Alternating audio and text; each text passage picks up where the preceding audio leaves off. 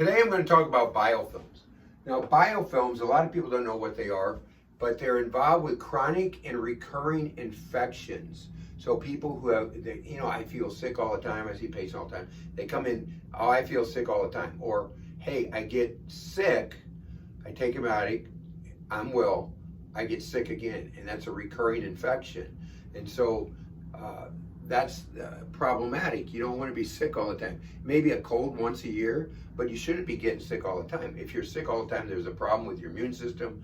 Could be a problem. You have biofilms. Now these biofilms, a lot of them are single species, but most are multi-species. They can contain bacteria, fungus, virus, parasites. And so they could be in this extracellular polymer matrix that we call EPS. And the biofilm bacteria can resist up to 5,000 times the concentration typically needed to resolve an infection of antibiotics.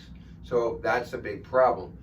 This parasite thing, this is something that I'm going to do another video on, but real quick, I didn't plan on doing this, but when you look at your blood work and you have monocytes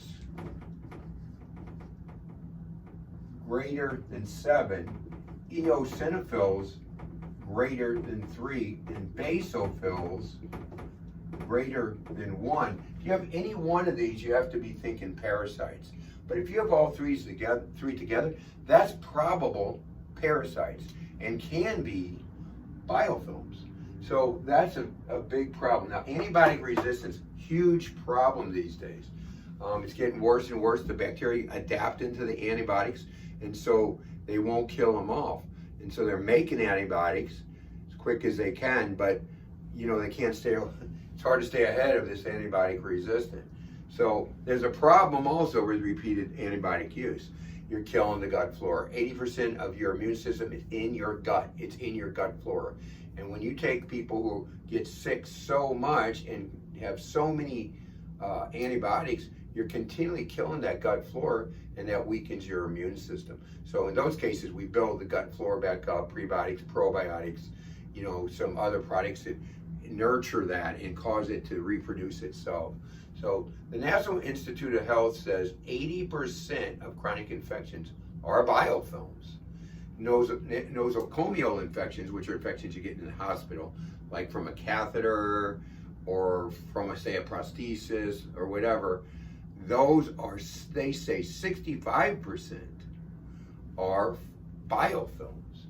So I see patients all the time that, they're sick, they're chronically sick, and we got to give immune support, get the body to the point. We're never treating a disease or organ, we're just giving nutrition to the body so the body can get stronger and it can fight these things off. That's the good news about biofilms. There's many products we use that can kill off those biofilms by just giving the right nutritional support. It depends what's going on with the patient, but every patient's different. But we see people all the time, they feel bad, and sometimes these biofilms can cause other problems that you don't at first relate to the biofilm. So we see great results when we treat these biofilms. So 36 years old, had to regain my life and regain my health. And I'm telling you to do the same exact thing. You can regain your health, you just need the proper nutritional support, and you can get better and better and better. I went from being in bed, hardly ever walking around the block, to doing triathlons and becoming an Ironman. So you can regain your life. So I'm telling you right now, it's time. Don't hesitate any longer. Do the things that are right for your body, regain your health, and regain your life.